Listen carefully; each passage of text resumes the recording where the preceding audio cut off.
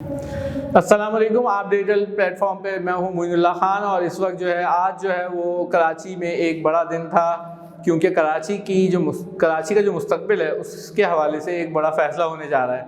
पूरा दिन वो सियासी और इंतखाबी गहमा गहमी रही और थोड़ी नहीं बल्कि बहुत ज़्यादा वो पुरतशद्दुद वाक़यात की वो इतलात आती नहीं है। और सुबह वो अहमद भट्ट साहब ने जिस तरह बताया कि धांधलियों की इतलात हैं, फुटेजेस आ रही थी, वीडियोज़ आ रही थी, इतलात भी थी, फिर मारपीट की भी वो वाक़यात पेश आए। और इस सब वाक़यात में वो एक चीज़ एक नाम वो मुश्तरक था और वो था पीपल्स पार्टी। जी हाँ, बिलावल भुट्टो साहब की पीपल्स पार्टी का ये एक नया अंदाज़ है और उन्होंने मैं आपको वाक़यात बताऊंगा, उन इलाकों के नाम बताऊंगा और हर जगह पे वो झगड़े फसाद की जो एक कॉमन चीज़ थी वो थी पीपल्स पार्टी। जी बिल्कुल, ये पीपल्स पार्टी है आसिफ जरदारी की पीपल्स पार्टी, ये पीपल्स पार्टी है बिलावल भुट्टो जरदारी साहब की पीपल्स पार्टी, ये मुराद अली शाह साहब की पीपल्स पार्टी है, ये सईद गनी साहब की पीपल्स पार्टी है। और सईद गनी साहब वो ऊपर से तो बहुत मीठे लगते हैं, लेकिन अंदर से वो सहाफ़ियों से उनका जिस तरह बर्ताव होता है, उन्होंने कई सहाफ़ियों पे मुकदमात भी किए हैं और इसके बारे में वो बहुत ज़्यादा बदनाम है।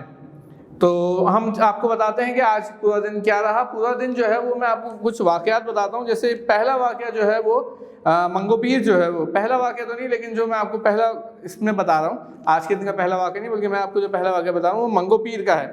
मंगो पीर पे वो वही पीपल्स पार्टी थी, पीपल्स पार्टी के कारकुन थे जो पहले जियाले कहलाते थे। अब उनको शायद इस इलेक्शन के बाद कराची वाले गुंडों के नाम से, बिलावल के गुंडों के नाम से शायद याद करें।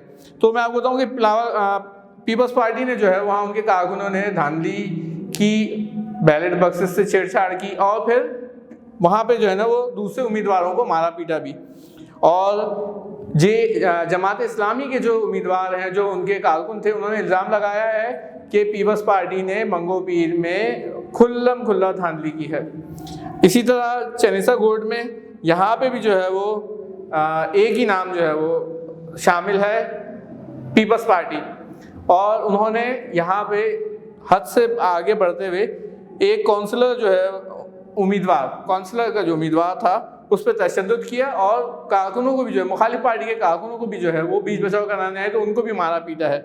और यहाँ पे भी अच्छा यहाँ पे भी वो मीडिया सहाफ़ियों पे भी तशद्दुद किया गया। तो ये जियो टीम की जो मीडिया टीम थी उस पर वहाँ पे तशद्दुद किया गया।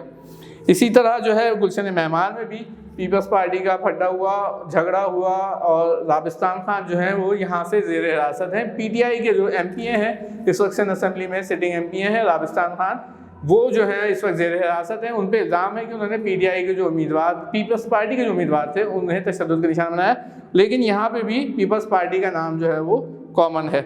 इसी तरह और भी कई इलाकों से वो इतलात आती नहीं हैं और पीपल्स पार्टी ने बहुत आज गड़बड़ घोटाला किया और इस कदर गड़बड़ घोटाला किया है कि जी उनके अपने इत्तेहादी भी वो चीख उठे हैं। जी मैं बात कर रहा हूँ JUI, मतलब जमीयत उलमा इस्लाम फजल रहमान ग्रुप। तो उसके कारी उस्मान साहब हैं, उन्होंने कहा है कि पीपल्स पार्टी ने वो कई इलाकों में उनके उम्मीदवारों को मारा पीटा, तशद्दुद किया, धांधली की। और उन्होंने एक इलाका कीमाड़ी UC, उसमें उन्होंने इल्ज़ाम लगाया कारी उस्मान साहब ने कि कीमाड़ी UC 8 में पीपल्स पार्टी का जो चेयरमैन का उम्मीदवार है वही धांधली का था, वो पकड़ा गया, उसने बैलेट बक्सेस भर रहा था वो।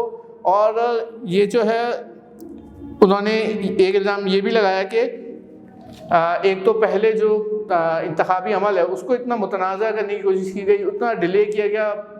MQM की ख्वाहिश पे वो पीपल्स पार्टी ने पता मुझे लगता है कि MQM को भी उन्होंने बेवकूफ़ बनाया पीपल्स पार्टी ने। तो MQM की ख्वाहिश पे MQM को भी उन्होंने बेवकूफ़ बनाते हुए कई बार वो इल्तवा की दरख्वास्तें की और फिर पोलिंग अमला, उम्मीदवार और वोटर्स वो सब कन्फ्यूजन के शिकार है।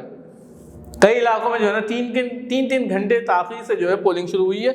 और एक वाक़या और भी है बड़ा, सोल्जर बाज़ार उसकी एक UC वहाँ पे वो PTI के गालबन ये कराची के मेयरशिप के भी उम्मीदवार हो सकते हैं, फिरदौस शमीम नकवी साहब, उन्होंने 3-4 बैलेट बॉक्सेस के वो सीलें वो तोड़ दी और उनसे पूछा कि उन्हें इलेक्शन जो वहाँ पे हमला था, इंतखाबी हमला, पोलिंग हमला था, उसे मना करता रहा, उन्हें रोकता रहा कि ऐसा ना करें आप, और ये कानूनन जुर्म होता है। मतलब बैलेट बक्सेस से और छेड़छाड़, बैलेट पेपर से छेड़छाड़, मोहरे उठाना और जो इंतखाबी सामान होता है, पोलिंग का सामान होता है, उसे उठाना जो है ये काबिल एतराज़ चीज़ होती है, इस बल्कि काबिल ताज़ीर, मतलब सज़ा भी हो सकती है इस पर।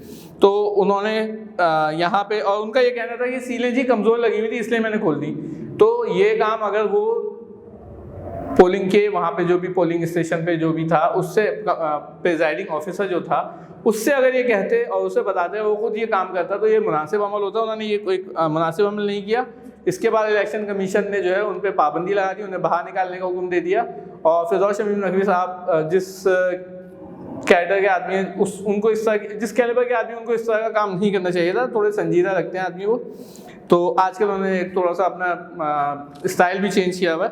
तो कराची के 7 अजला में आज पोलिंग हुई है, 25 टाउन्स हैं, 246 यूसीज हैं, 984 वार्ड्स हैं। उसमें अच्छा 22 नशस्तों पे जो है आज इंतखाबात मुलतवी भी हुए हैं, क्योंकि 9 जो हैं चेयरमैन और वाइस चेयरमैन के जो उम्मीदवार हैं और 13 जनरल मेंबर्स जो थे वो इंतकाल कर गए थे। तो ये एक तरीका होता है कि जब वहाँ उस किसी यूसी का या किसी हल्के का अगर उम्मीदवार इंतकाल कर जाए तो उसमें इंतखाबात मुलतवी कर दिए जाते हैं और फिर कुछ अर्से बाद दोबारा वहाँ होते हैं। तो ये एक वो रहा पूरा आज के दिन का, जो थोड़ा सा मैंने आपको तज्जिया पेश किया, पूरा एक आपका जायज़ा पेश किया आज के दिन का। ये हमें याद दिलाता है कराची में ये कोई नई बात नहीं है, ये ट्रेडमार्क है कराची में, ट्रेडमार्क है ये MQM का। और MQM आज जो है वो कल रात उन्होंने 2-2:30 बजे ऐलान किया, शायद थोड़ा सा पहले 1-2 बजे के बाद उन्होंने ऐलान किया कि वो इंतखाबी अमल का बाइकआउट कर रहे हैं। तो उसके बाद जो है वो ये सारा काम जो है वो पीपल्स पार्टी ने सोचा कि शायद मलबा जो है वो अब बल्कि मलबा कह रहा हूँ, ये जो मौका है ये मौका उससे फ़ायदा उठाया जाए और सारा जो है वो कैश करा लिया जाए इस इवेंट को। लेकिन धांधली और सब गड़बड़ घोटाले का मलबा जो है वो पीपल्स पार्टी पे गिर रहा है। पीपल्स पार्टी को जो है वो एक जमहूरी रिवायत की अमीन कहा जाता है, पीपल्स पार्टी खुद कहती है।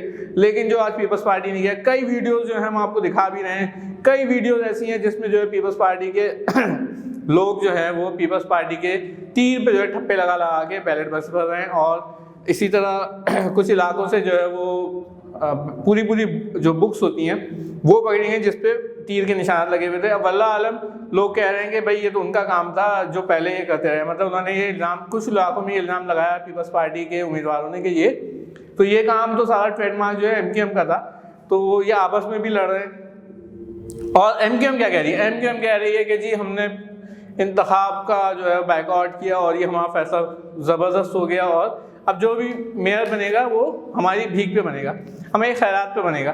तो आपकी तो तैयारी नहीं थी। हम कई बार ये बता चुके हैं कि MQM की कराची में बल्दियाती इंतखाबात लड़ने की कोई प्लानिंग ही नहीं थी, ना उनके कैंप से, ना उनके कारकुनों में जोश व जज्बा था और ना आवाम में वो मोटिवेशन, उनके जो वोटर्स होते हैं उनमें वो मोटिवेशन थी जो पैदा की जाती है। खालिद मकबूल सिद्दीकी साहब को वो कैलिबर है नहीं कि वो अल्ताफ़ हुसैन की जगह लेके जो है वो चीज़ों को मोटिवेट करें, लोगों को मोटिवेट करें। वो तो खुद जो है वो किसी के इशारे पे चलते हैं। फारूक सत्तार साहब बहुत लेट जो है उन्होंने ज्वाइन किया और फारूक सत्तार साहब भी जो है बाई शाही करते रहे। आखिर ऐसे प्लानिंग हो चुकी थी।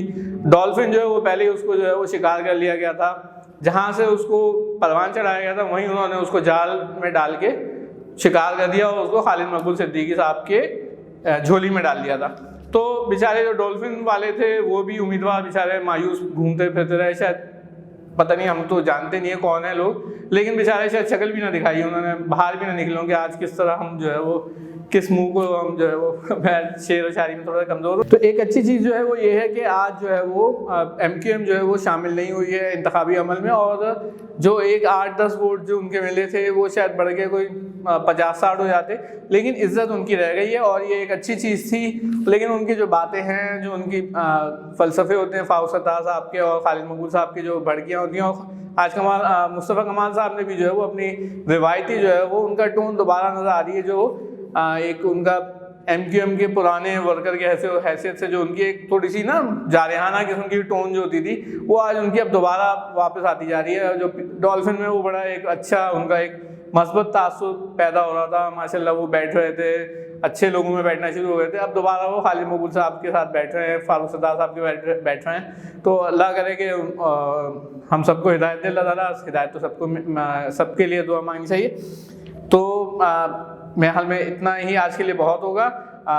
उम्मीद है कि आपको हमारी ये काविश आज पसंद आई होगी। आज की मेरी और सुबह जो अहमद भाई ने कोशिश की, हम लोगों की कोशिश मकसद ये था कि इंतखाबी अमल जो है ना वो जमहूरियत पसंद लोगों को इस सिलसिले में बाहर निकलना चाहिए, वोट डालने बाहर निकलना चाहिए, और इसके लिए जो है वो किसी और का इंतजार नहीं करना। हमें अगर तब्दीली लानी है तो वो हम खुद तब्दीली लेके आएंगे, वो अपने वोट से तब्दीली लेके आएंगे।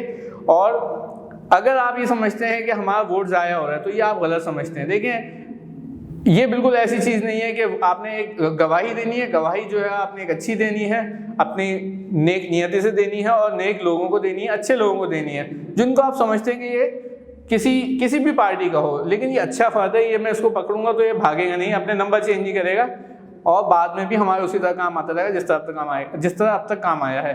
तो हमें अपनी दुआ में याद रखिएगा, और हम भी दुआ करते हैं कि अल्लाह ताला जो है वो पाकिस्तान को, वतन अजीज़ को, कराची को, मुल्क को, हमारे शहर को, हर चीज़ को जो है वो मज़ीद खैर आफियत में रखे और इस पर हम अपना फर्ज़ व करम बरकरार रखें। शुक्रिया। अस्सलाम वालेकुम।